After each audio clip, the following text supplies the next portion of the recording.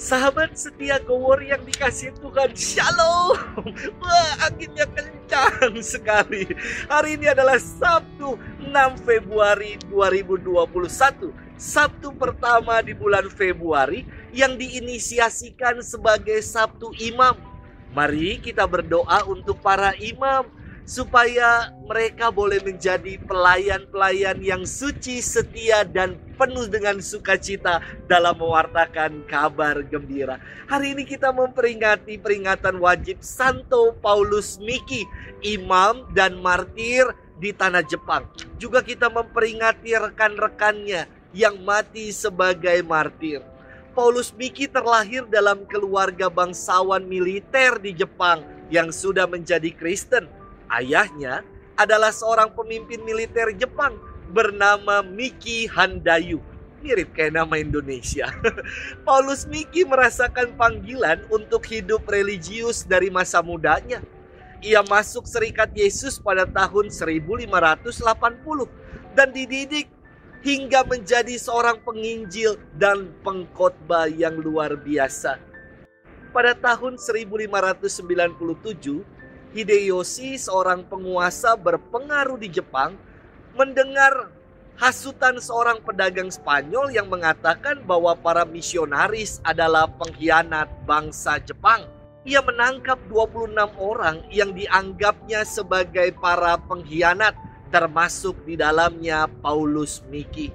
Pada tanggal 5 Februari 1597, ke-26 orang ini diarak keliling menuju keluar kota Nagasaki.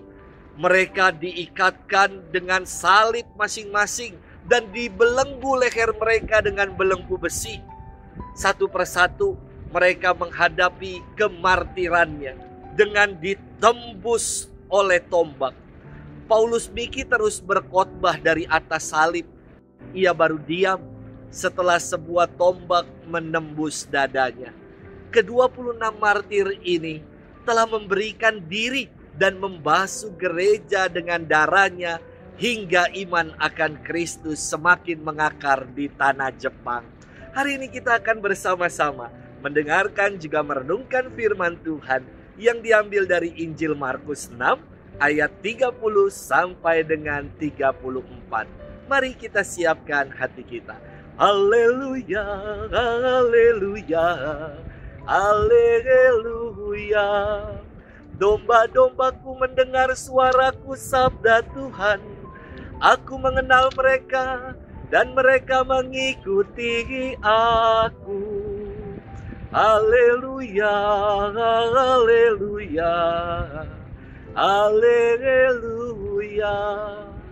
Tuhan bersamamu dan bersama rohmu. Inilah Injil Yesus Kristus menurut Santo Markus. Dimuliakanlah Tuhan. Pada waktu itu, Yesus mengutus murid-muridnya mewartakan Injil. Setelah menunaikan tugas itu, mereka kembali berkumpul dengan Yesus dan memberitahukan kepadanya semua yang telah mereka kerjakan dan ajarkan.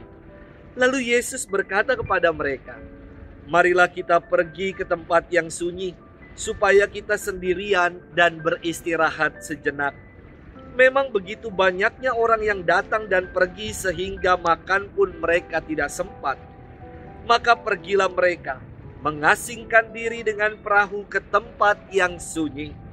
Tetapi pada waktu mereka bertolak, banyak orang melihat dan mereka mengetahui tujuannya.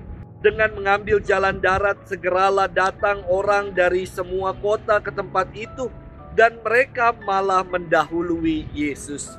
Ketika mendarat, Yesus melihat jumlah orang yang begitu banyak, maka tergeraklah hatinya oleh belas kasihan kepada mereka, karena mereka seperti domba yang tidak mempunyai gembala. Lalu mulailah Yesus mengajarkan banyak hal kepada mereka. Demikianlah Injil Tuhan. Terpujilah Kristus. Sahabat setia Gowor yang dikasihi Tuhan, Shalom. Setiap tahun kami para imam mempunyai hak untuk melakukan retret, olah rohani untuk semakin bertumbuh dalam iman sebagaimana termaktub dalam kitab hukum kanonik nomor 553 dan 663. Retret bukanlah kewajiban untuk para imam, namun menjadi hak untuk sejenak berefleksi dan memaknai karya pelayanan bersama dengan Yesus Sang Guru. Sahabat setia Gowori yang dikasihi Tuhan, firman hari ini berkisah tentang Yesus yang mengajak para murid untuk retret bersama. Setelah mereka menunaikan karya pelayanan mereka, kini Yesus bersabda, "Marilah kita pergi ke tempat yang sunyi, supaya kita sendirian dan beristirahat sejenak." Ajakan Yesus kepada para murid ini bukan berarti untuk berleha-leha atau bermalas-malasan selesai menunaikan tugas pelayanan. Tidak. Ajakan Yesus untuk menarik diri ke tempat yang sunyi adalah untuk memberikan pemaknaan, berefleksi atas karya pelayanan yang telah dibuat. Mengapa perlu dimaknai dan perlu direfleksikan, Romo? Agar kualitas atau bobot dari pelayanan mempunyai nilai dan arti yang penuh. Sahabat setia Gowori yang dikasihi Tuhan, tahun 2021 ini Gereja Keuskupan Agung Jakarta mencanangkannya sebagai tahun refleksi.